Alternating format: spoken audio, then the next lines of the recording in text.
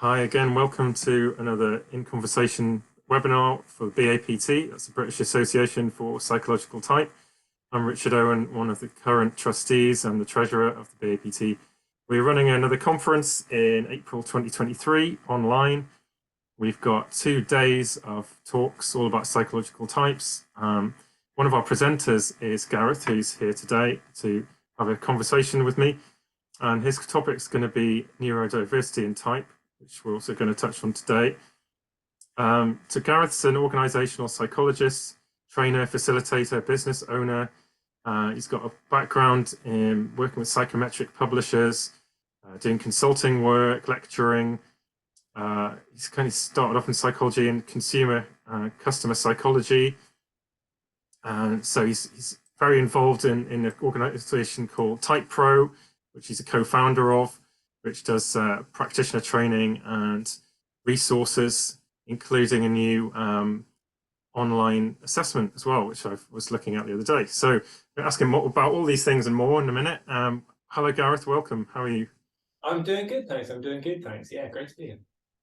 Yeah, it's been a while since I've been wanting to have a chat with you because you're very active as a psychologist and also in the psychological type community as well. How long have you been a psychologist for now? Officially about 25 years. I guess it depends on what you mean by psychologist. In that I think I wanted to be a psychologist long before I qualified as one. And I think I was one of the first people to do an A-level in psychology. So it was one of the things I was very interested in for quite some time. And then, yeah, I guess I've been practicing as a qualified psychologist for about that time, which is, now I think about it, a little bit scary. And have you always been interested in psychological types specifically? Yeah, I was interested in personality. So as a psychologist, I kind of came into that from several different ways. I used to work for test publisher SHL, who obviously kind of very, very strong in the trait field. So that's probably the first way in which I came into getting a sense and understanding of what personality was about. And then, yeah, I then, a few years after that, started working for OBP, who are now the Myers-Briggs company. And that was where I really kind of got deeper into the understanding of psychological type and how that could add value. So it's interesting, like myself, you've got a lot of training and study in personality broadly, like trait and type approaches. What do you see as the kind of main difference between type and trait ways of looking at personality? I think for me, it's about what are you trying to achieve with using any particular model. So from my perspective, I find that the trait approach is best used when you want to gain an understanding about somebody else. So, for example, I'm involved in doing some leadership assessment projects, and we'll often use trait tools as a way of, getting an understanding about candidates. Who are they? What might be some of their strengths and pitfalls? I find that type is the most effective instrument I've come across when you want other people to help understand themselves. Yeah, one of the distinctions I like is the kind of between person and within person ways of looking at personality. And like you said, you can also compare people. That's kind of one of the main things, with a normal approach, normalizing approach to things. So that sort of internal organization of the mind, so to speak, I guess, is that something that interests you particularly then? Yeah, definitely. I think, and a core part of what I find really interesting is the choices that people make.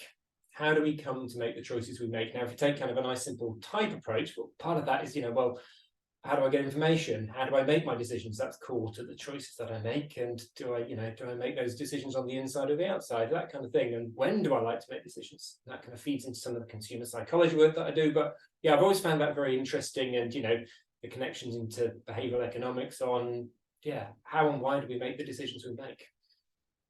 So consumer psychology is very interesting. I mean, is it people like yourself who are working for organizations to try and drive behaviors and I wouldn't say manipulate customers into buying, but there's some clever psychology behind the whole marketing process?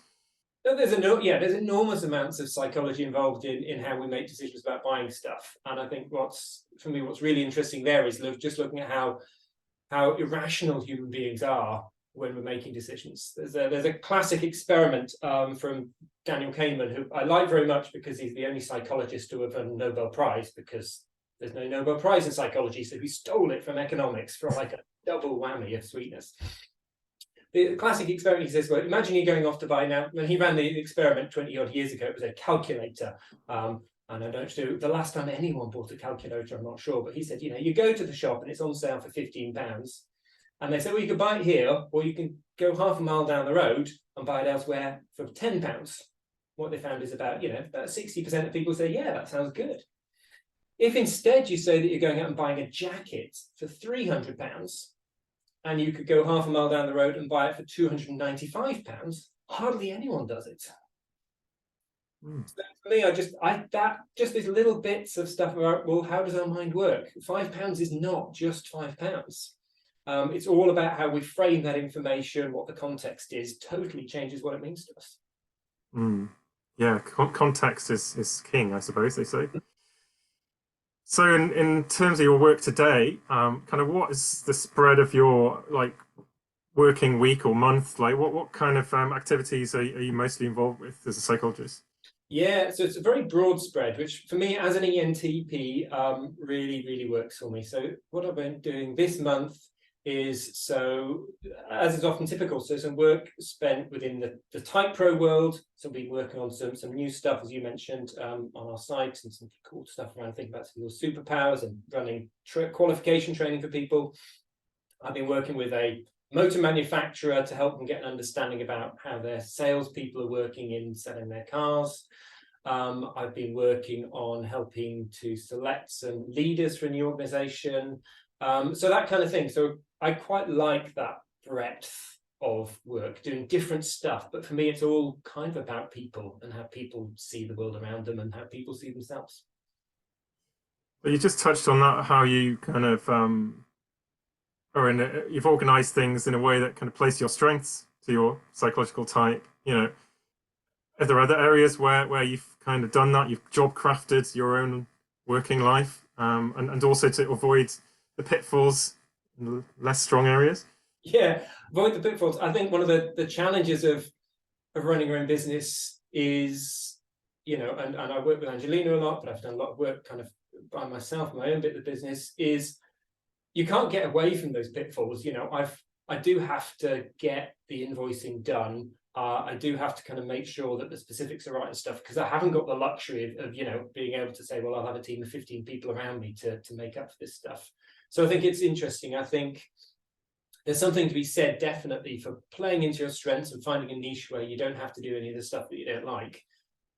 In my life, I've been unable to find a way to do that entirely. At home, I still do have to take the bins out. At work, I do still have to fill out my tax returns. Yeah, there's no avoiding it, but you do develop into things. So tell me, let's get onto the sort of neurodiversity topic a bit. So I'm really interested. It's something that you see everywhere now. Why is it getting so big now? What is it about neurodiversity that has really caught people's attention? Yeah, I think there's a couple of factors me playing in there. I think there's the broader diversity piece that I think, in particular, organizations and news and celebrities, people are much wiser to the notion of thinking more carefully and talking more about the notion of diversity. And so I think this notion of neurodiversity has kind of played into that.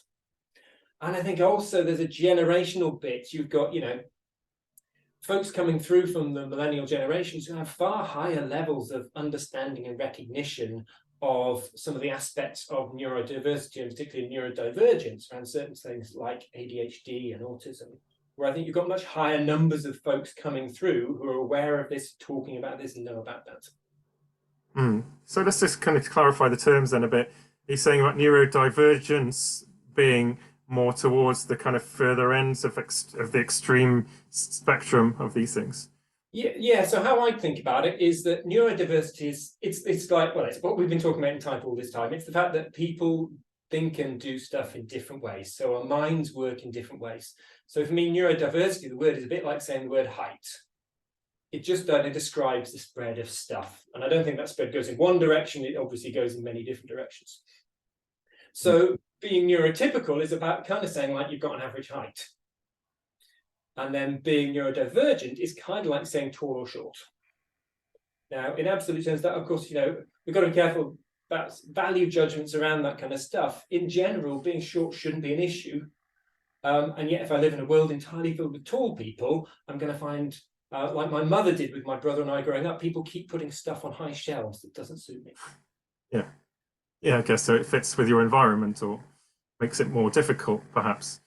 Yeah, I suspect that is true. Now, I'm not sure, exactly if someone's done any kind of really decent studies on this, but my suspicion would be that if you have a bunch of people who see the world in a very similar way, they probably find that less difficult and stressful, even if there's a lot of other people elsewhere in the world who'd see things differently. So long as, if I don't meet those people, it doesn't bother me so much. So I guess, should we see this as a good thing because it's ultimately focused on adapting the environment to make it more comfortable, welcoming for more people? I think that is a core element, and I think that's part. For me, that's kind of the duty of being a good human being, is about trying to do that. And I think the other side of that is about playing to people's strengths. I think it's about saying, well, actually, different people do have different ways of doing stuff. People do find some stuff easier or more difficult than other people. And that you can play into that. And in a way, that's back to that kind of broader societal bit of, well, hey, if we can have a world that allows as many people as possible to play to their strengths, we're probably having happier people. You can kind of get into, the Finnish education system to take a look at that a little bit more. And I think part of that is also about, from organizations' perspective, saying, hey, sometimes we find it difficult to find people who are really good at dealing with lots of kind of chaos and last-minute changes. So if we could find a way of bringing people into an organization who are doing that and who find that quite energizing and relaxing, that would be kind of handy. Yeah, so we can kind of help make it a more relaxing world, hopefully. I'm just interested in where the difference is between psychological diversity and neurodiversity, because neurodiversity then implies it's caused by the brain. There's something in the brain, something about the brain, which almost feels a bit more deterministic or kind of, I don't know what it is, but from my mind, like the brain, is more, it's got an aspect of plasticity to it as well. So where do we draw the line? Like, to what level is this something that just is like somebody's height, in the sense that it can't be changed? Where is the line between permanence and plasticity and all this neurodiversity? Well, and where is that in the whole area of personality? I think that is really, really interesting to me. We know that there's a genetic determinant to personality, and we also know that there's elements of personality which are not genetically determined. And the link between the brain and the mind is that, the mind only exists inside the brain.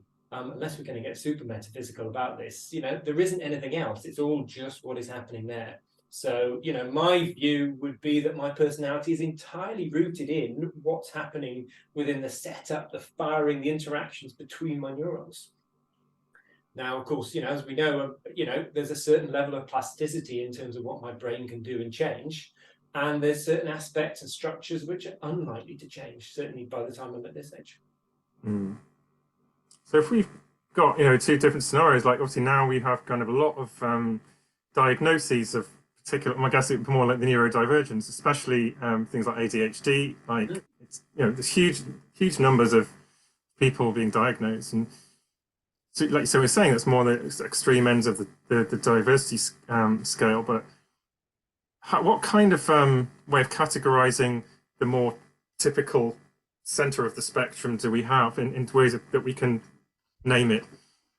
Yeah, I think that's super interesting. So, I mean, if you like, what personality type has been doing all along is trying to categorize, if you like, the neurotypical people and saying, okay, what are some of the patterns within those neurotypical people? There's 8 billion people on the planet, and yet they seem to have some similarities between some of them and some differences between some of them.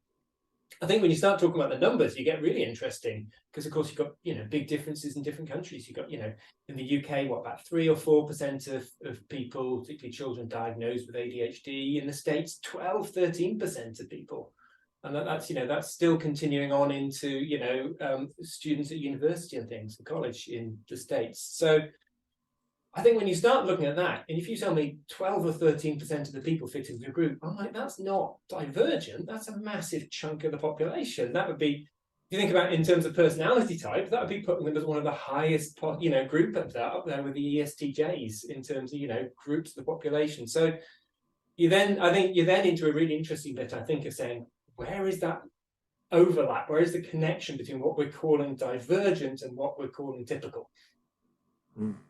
Yeah, I think that maybe some of the differences, the adaptations that people can claim or are entitled to, I guess you get certain things with like diagnoses, and we can get onto whether labeling, people always criticize type for labeling, but in a sense, that's what this diagnosis is doing. But people can then become eligible to all kinds of support and adaptations in the workplace. But whereas they couldn't really do that with their type or trait personality, right? You couldn't go say, oh, I've done this questionnaire, I'm low in conscientiousness, therefore can you kind of change my deadlines or something? Yeah, and I think that gets me into a really interesting bit, I think, between viewing myself as giving myself an excuse or giving myself a reason. So I think, if you talk about just myself, I could say, well, I'm an ENTP, so that's the reason that I don't like deadlines, as opposed to, saying, well, I'm an ENTP and therefore I don't have to do deadlines. And yes, well, that could be the reason that I no longer work in a large organization, or it could just be, I think we have to accept that there are some things that we find more difficult. Now, I think as you move further away from what is typical personality and typical behavior, I think you definitely, of course, get into areas where people do need, more support and more help in order to be part of an organization, and that seems sensible to me. But yeah, where you draw the line is super tricky, and getting into all sorts of kind of legal areas as well. Yeah, yes, and especially if it comes into like recruitment and fairness and all that kind of thing. It's got big stakes for a lot of people. Yeah, absolutely. But I think so does other stuff. If you think about how people typically might be recruited into big organizations, something like an assessment center. And there's been masses of evidence for decades showing that introverts generally do worse than extroverts at assessment centers, particularly if you have things like group exercises, particularly if you have interviews where people have to come up with answers quickly on the spot. So there's loads of data really saying that, which has been, largely ignored, meaning that organizations probably be missing out on some really good people. Mm. Yeah, so in that sense of like, I guess there's that element of square peg and square hole. It's finding the right places where people thrive. How is the sort of neurodiversity area perhaps helping in that, rather than just adapting the workplace, but like really helping find the right place for people to be? Is there something in that as well? Yeah, definitely. So I think there's something which is about, for me, one of the things type helps with is saying, yeah, you absolutely are a unique individual, and yet people like you might be able to give you some useful lessons in life. So if I have no idea what I want to do as a job, well, then that's okay, but being one of 8 billion individuals doesn't really help. Whereas saying, okay, actually, other ENTPs have enjoyed this sort of stuff. Oh, that gives me something to look at, somewhere to go to. Mm. So I think in that way, I think, some of these broad labels, and obviously if you've got, 3 or 4% of the people, let alone if you've got 13% of the people, that, the differences you've got within that group are absolutely massive. And we're obviously not at 12%, not looking at all of the same thing. I think having those broad labels does help people to think, okay, well, what kind of stuff might I find interesting? So, if we think about ADHD, which we've been playing around with those numbers, well, you look at stuff that involves actually quite high pressure, highly changeable environments. You're looking at stuff like, what about working in cooking and catering industry? What about emergency services? What about working with children? All those sorts of things, where actually these are areas where people can really play into their strengths and can avoid, situations where they're having to do a lot of time on things that they really don't enjoy or like or find more difficult. Quite, yes. So, I mean, I guess what type's good at is understanding what the repercussions are of going against your disposition too much. And, where do you kind of use that in your work? This stuff around stress or things, that kind of area. Yeah, I think for me, it comes down to the bit about choices. It's saying, am I making choices with my eyes open? And, there's a brilliant bit in the kind of the original CPP MBTI manual. They had a page where someone had done some research, looking at librarians. And you can say, okay, what type do you think librarians are? You can look at that. You could definitely find that there's going to be more librarians with certain types than others. That would be dead true. What they found was 16 different librarians, one with each of the different types. and they asked them what they liked about their job. And they all liked different stuff, and yet they were all librarians.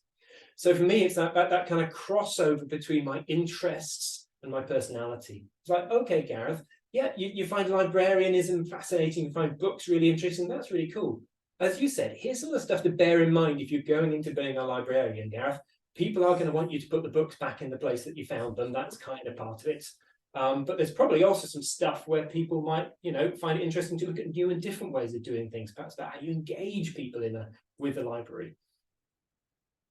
Yeah, so it's kind of giving you a way to segment that neurotypical world and how those things are perhaps align with various activities, tasks, that kind of thing.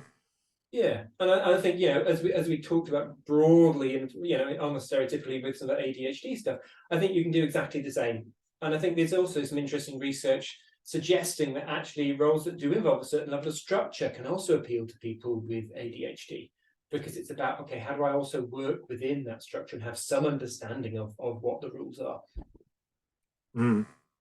So let me just take my type as an example, INTJ. I mean, the way I describe that is, what does that mean? It means, I'm a person who, as I was developing growing up, my mind was naturally had a disposition, an inclination towards what we call like introverted intuition, actually deeply reflecting on things and coming up with insights and answers to it, out of the unconscious, and also being very focused and task and goal driven, and being able to organize the world and structure it in a way that got me where I wanted to be. That's kind of what I mean by I am an INTJ, or I have preferences for.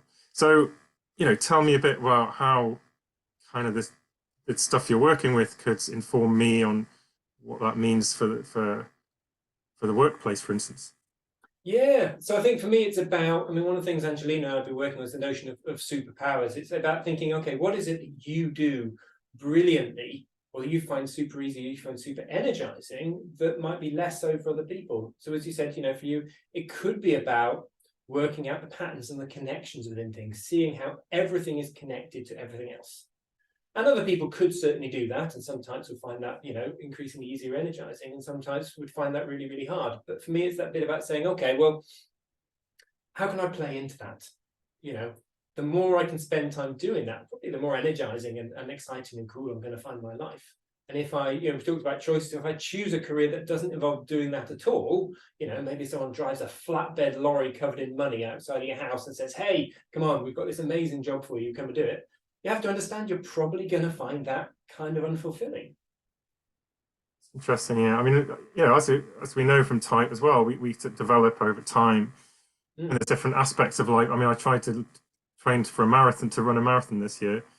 It didn't go very well, actually. I ended up injuring myself. But nevertheless, I'm trying to do physical things that I would have never dreamed of, being very out of my body and my extroverted sensing when I was younger. So, where's the kind of place in neurodiversity for that kind of lifetime development? Does it account for it? I'm not sure in terms of if there's official research about kind of changes over life. For me, I think, if you come back to my view about neurodiversity is about, well, this is what type has been talking about for a very long period of time. And therefore, I think some of the things we've learned about in the type world can help people when we're thinking about neurodiversity as it's talked about currently, which is about the fact that we can learn and change stuff. So there's an extent to which we can seek out an environment that suits us. And there's an extent to which we can make changes in ourselves to suit the environment, which is, this is a question that people have, had for, hundreds of years. This is Shakespeare stuff, to be or not to be, is it noble in the mind to endure the slings and arrows of outrageous fortune, or to wage war against the sea of sorrows and by opposing overcome them? Do I change me, or do I change the world? And so this is a fundamental human question. And I think for me, it's about having that balance of thinking about the extent to which I'm willing to adapt myself to meet the world, and the extent to which there are things which I could not possibly change myself on, that the world itself has to change around me. And, you look at some of the people, some of the amazing leaders, you got Nelson Mandela, you got Gandhi, you got people who just stood still until the world changed around them. It's fantastic. I love the quote of Shakespeare there, and Yeah, I mean, it's something that people have always been aware of. That there's how can we change and how can we not change? Yeah. Yeah, that's it. And for me, it's about that choicefulness in that. And it's, our role often in helping our clients is to help them to think about that. And have I really thought through what it would be like if I went through the rest of my life, just adapting to, for example, this corporate environment that I'm in, and say, no, that's fine. I'll be a corporate drone and I'll do exactly what I want. Have I really thought through the implications of that? Or, have I really thought through what does it mean if I try to change all of this? When often one of the things I'm working with leaders who are kind of looking to make the move up to, from middle to senior leadership is about what is it they want to achieve with a leader? Not just, how they want to do stuff better and make more money and stuff, but what do they want to change in the organization? Some of the diversity stuff we're talking about is often stuff that will come up, and it's okay, well, what are you going to commit your energy to? What are you going to be? It's going to be different as a result of your leadership, rather than just, hey, some stuff shifted from one side of the bottom line to the other. Mm. It's interesting that you get, I said, people like waging war, against the environment and saying, I'm going to push through this, I'm going to do it, I'm going to make it in this environment. And maybe then later in life, they've got less energy to keep fighting that war, and the war never ends. Yeah, well, I mean, you look at, Nicola Sturgeon as a leader who's decided, seems to, from what I understand from the outside, decided exactly that. I've done all I can to change the world around me, and I've got to the point where it no longer feels like what I'm putting into this is making sufficient difference. Just got a comment in the chat. It was about saying even when a person's labelled with a neurodivergent label of diagnosis, often there's a good portion of that person that is neurotypical, or like most other people. So it's interesting. Yeah, we've got a range of different spectra of personality and difference. Yeah. And often it's just picking up on one of those that is, which interestingly goes back to type, in the sense that we've got this one kind of axis that is more polarized, the dominant inferior function, as they call it. Yeah, well, I think, and that comes back to, I think, is an excellent point, which is, it can be at risk of, when we get into talking about personality type, is looking at differences and thinking about those, and those being super interesting. Is, yeah, of course, the similarities between us and all other human beings on the planet are incredible. Genetically, we're all basically the same. We're basically the same as chimpanzees and bonobos. So yeah, I think, you look at how people look, it's, broadly speaking, we all look the same. We're all basically made up in the same way. So you're absolutely right. The notion of neurodiversity, and particularly when we're talking about neurodivergence, often, as you said, I think it's a great point, looking at a particular element of who I am. And I think there's, a really interesting area of research, I suspect, for the future, is looking at, okay, what are some of those differences between people who have the same diagnosis, and what does that mean for them? It's interesting in a trait sense. I often call it, like, say we have a jagged profile. There's some things which are, higher, much more extreme on the scale usually than other parts. You don't see as many people who are middle on everything. There's usually some spread, and so we're picking up on the aspects of us that are more extreme, perhaps. That's it, yeah. And I think this comes back to our bit about height. I think what we're seeing here are, in my mind, and obviously I wouldn't pretend to be a psychologist who's an expert in, neurodivergence, but I think what we're looking at is, if you like, a social construct. The differences that we're picking up when we think about things like ADHD and autism are differences that we're happening to look at because they have a big impact. And I suspect you could align those dimensions in a different way, and look at other bunches of, collections of people. And it simply might be that those differences have far less of an impact. So tell me a bit about, let's get into the specifics of type, different types, and kind of which ones may be less comfortable within the kind of general working environment that we've created, let's say in the UK, in the 2020s. Yeah, well, I think the 2020s is interesting. I think if you dial back a bit, the research that was done by OPP and CPP, they did some great research asking people, when you fill in the questionnaire, was there pressure on you to come out in a different way from work? And, you know, about 80% of people will say on each of these, you know, pressures come out as more E, S, T, and J. So, and in my, you know, my experience, I broadly see that to still be true today. I haven't seen anyone, you know, having repeated this research in the last couple of years, so it may be that some of that has shifted. And it certainly shifts depending on the environment. In different organizations that I work in, I'll see those pressures looking different. But broadly speaking, I think there still is pressure in the world to be, you know, more ESTJ about stuff. Yeah, so that's a kind of pressure there, the cultural norm, perhaps, or societal norm. So what does that mean for for instance, the direct opposite of that, the INFP types, for instance? Yeah, absolutely. Well, I think what it means is a couple of interesting bits. I tend to find when I talk to people who've either have, you know, lower down on the list of, you know, who's statistically frequent in the general population, or are, in particular, as you said, INFP's opposite that, they'll have spent a lot more time talking to people who are not like them. So I often find that, you know, you look at things also particularly like INFJs, INTJs, who are getting in the general population pretty small numbers, you know, INFJs below 2%, about 1.7 less for male INFJs, the least frequent type. So I often find that those people have done more self-reflection because they've noticed the differences more. And back to our Shakespeare bit, have probably had to make more adaptations because the world doesn't speak their language. And then that can be quite hard work. So they've often have to manage that as well. You know, they've made more compromises than other people have had to. Whereas when I work with ESTJs, they often get quite a long way in their life without really noticing that there's lots of other sorts of different people in the world, because they have a pretty good chance of meeting and talking to people who are quite like them, particularly if they're working in large organizations. Mm. So I mean, like most people, in whatever way they're atypical, they might find that it becomes quite obvious, you know, they keep coming against the same, would you say, clashes or differences? What does it look like, you know, when an INFJ goes out there in the world today? What do they come up against? Well, one of the things they'll often come up against is the expectation that, you know, in my work, that leadership looks a certain way, for example. And so they might look around their organization, and as they're younger in the organization, they think, oh, okay, well, I have to be like mine, you know, the managers in this organization who do stuff in this particular way.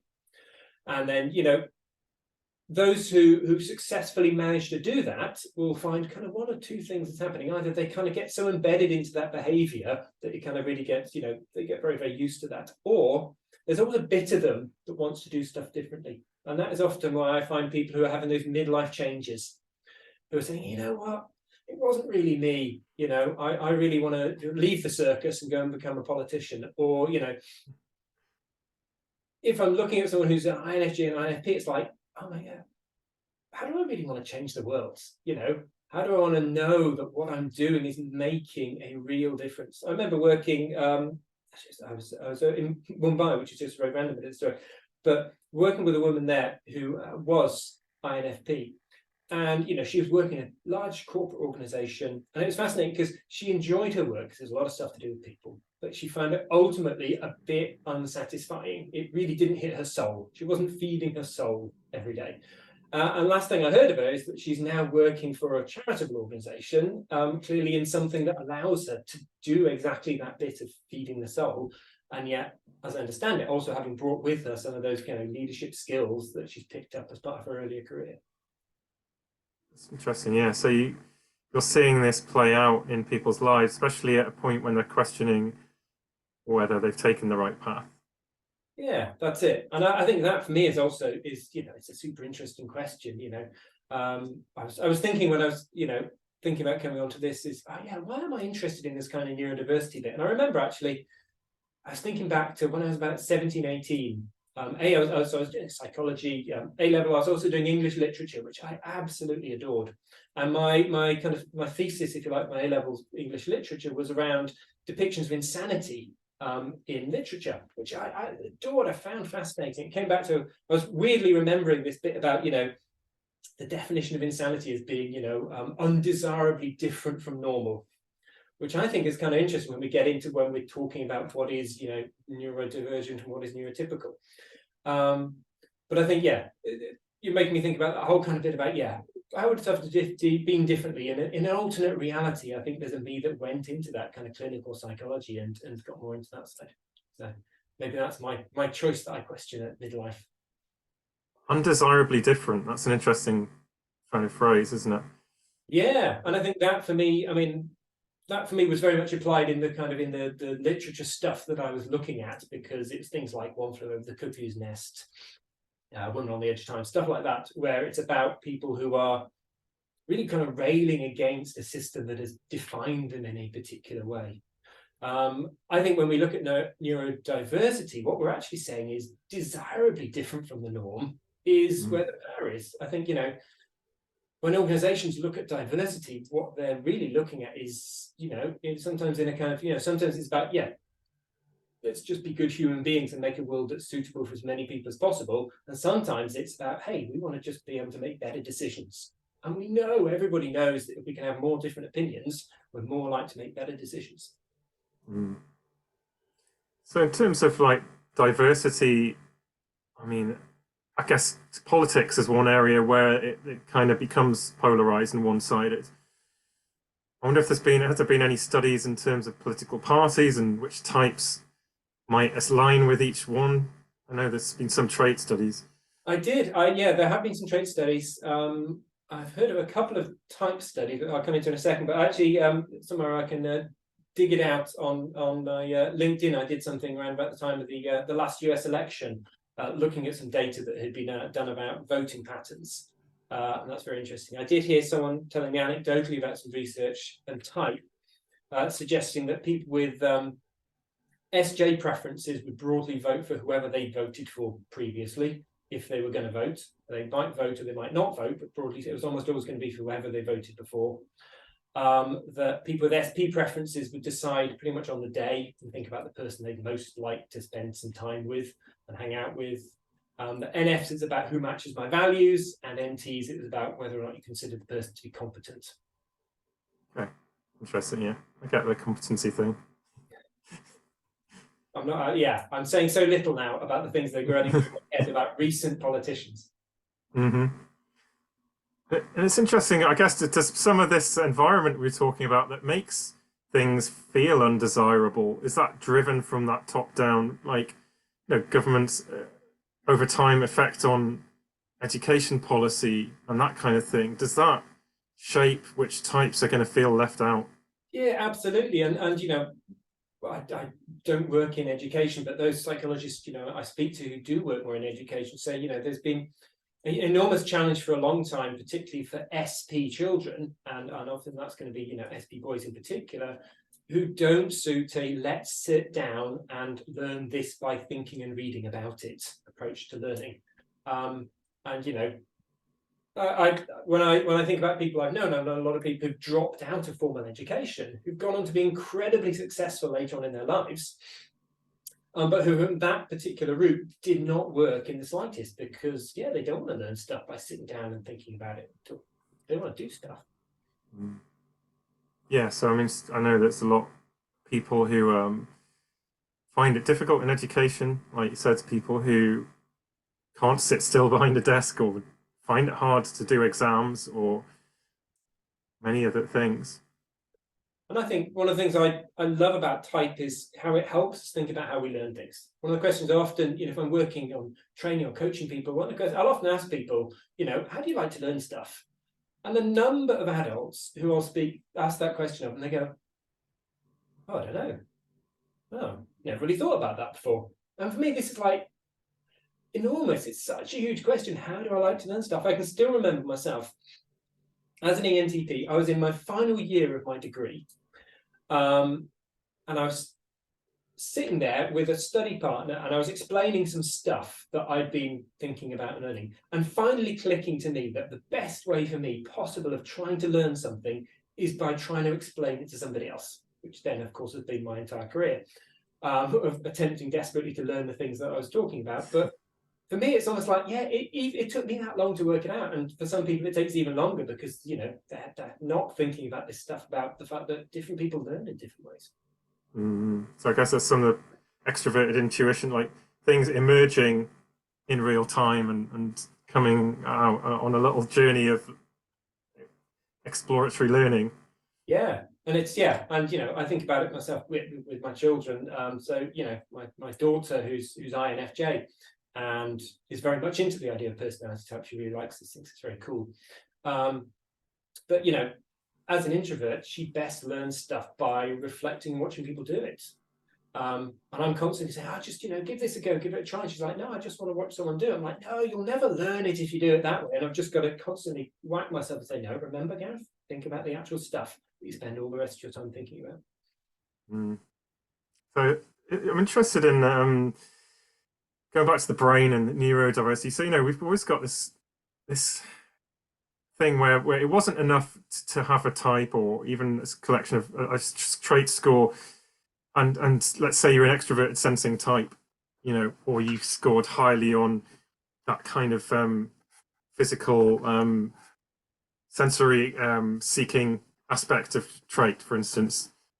It was never enough to go to the teacher and to say, sit still and do your work. And you could, but look at my trait score. Look at, this is my type.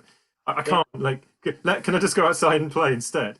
That didn't happen at school, and you'd be more likely to be, say, just sent to the head teacher or get told off, or they become the bad kids or the troublesome kids. And I'm just interested, if that was then grounded in brain rather than psychology, was that then that causal pathway? Would then it be taken more seriously? Would then people have the right to adaptations, do you think? Yeah, well, I think that's where you start looking at, some interesting overlaps between personality and things. When we start looking at what definitions of things like autism are and what like ADHD, we see immediate overlaps between that and the sorts of stuff that we talk about when we talk about differences within personality. So, yeah, maybe you're right. I think maybe there is something which is, if I'm saying this is something within my brain, and this is, we're going to think about this as being a way in which I'm different from other people. This gives us a way of thinking about, okay, well, maybe that means we need to help people to learn in different ways. So I'm interested in then what we know about type and the brain and what the differences are, between what's going on. Obviously, Dario Nardi's done a lot of his work on this, but is not published in sort of mainstream academia. What have you seen out there that potentially does link the different type preferences to brain functioning, perhaps? Not a huge amount. I think one of the things we have to think about is when we're looking at brains and thinking about personality, what we're looking at, from my understanding, it's some really, really small changes. The brain being an enormous thing, the vast majority of which is not devoted to functioning on stuff the way that we're thinking about it. One of the interesting things I always take from thinking about, what's happening in our brains is, the different bits of our brain. We've got the bit at the front that's kind of is the conscious kind of thinking kind of bit, and we've got kind of the emotional bit in between. And what there is masses of information telling us that information, particularly from our eyes and from our sensory stuff, goes through our emotional center first, and then gets to our frontal cortex, where we're doing a lot of our kind of conscious thinking stuff.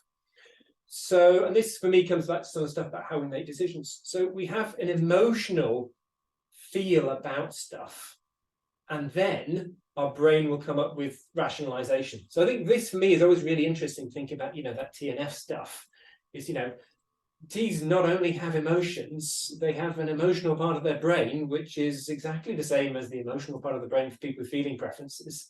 And you know what? It's also got that information first, and it's given you some information. It's given you some opinions about things that your rational, logical brain has been putting into work.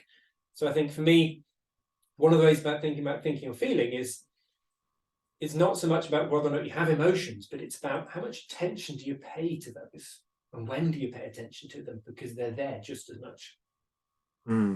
Yeah, and are they aware, conscious for you? Are they, can you actually engage with that content, right? Yeah.